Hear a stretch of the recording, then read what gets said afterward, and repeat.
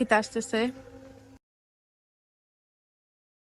বড়ই খেতে খেতে আসতেছিল, কারণ আমরা কিছু বড়ই পারবো আর বড়ইগুলো হচ্ছে ঝাঁকায় পারতে হবে। তো এই যে দেখো বড়ইগুলো এত এত বড়ই ধরছে জানো। এই গাছের বড়ইগুলো একদমই টক মিষ্টি ঝাল এরকম ফ্লেভারের হবে।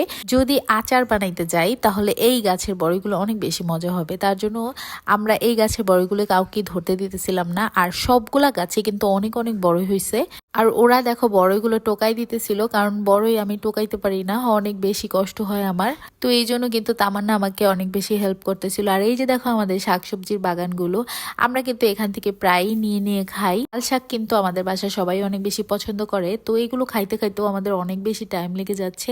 আমাদের এগুলো কিন্তু প্রায় 2-3 মাস ধরেই আমরা এখানে লাগিয়ে রেখেছি, আর খেয়ে খেয়ে কিন্তু একটু শেষও করেছি। তো তামান্না কিন্তু অনেকগুলো বড়ই পেরেছিল আজকে। আর তোমাদের ভাইয়া কিন্তু এখন ঝাঁকুনি দিবে গাছটাকে, আর ঝাঁকুনি দিতে যেয়ে দেখবা যে কতগুলি বড়ই পড়ে। কিন্তু তামান্নার আম্মু বড়ইগুলা ঝাঁকুনি দিয়ে পেরেছিল। জাইনও কিন্তু টোকাইতেছিল, জাইন তো এগুলা পেয়ে খুবই খুশি হয়ে যেতেছিল। দেখো তোমাদের ভাইয়া কিভাবে ঝাঁকি দিতেছে। তো আমি বলতেছিলাম যে এইটা তো তোমার থেকে বেশি ওই তামান্নার মাই ভালো মতো পারতেছিল।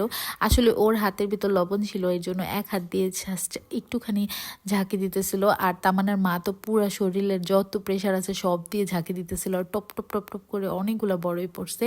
তো ওই বড়ইগুলো দিয়ে কিন্তু আমরা হচ্ছে ভর্তা বানিয়ে খাবো। আর ভর্তা বানানোর রেসিপি তো আমরা তোমাদের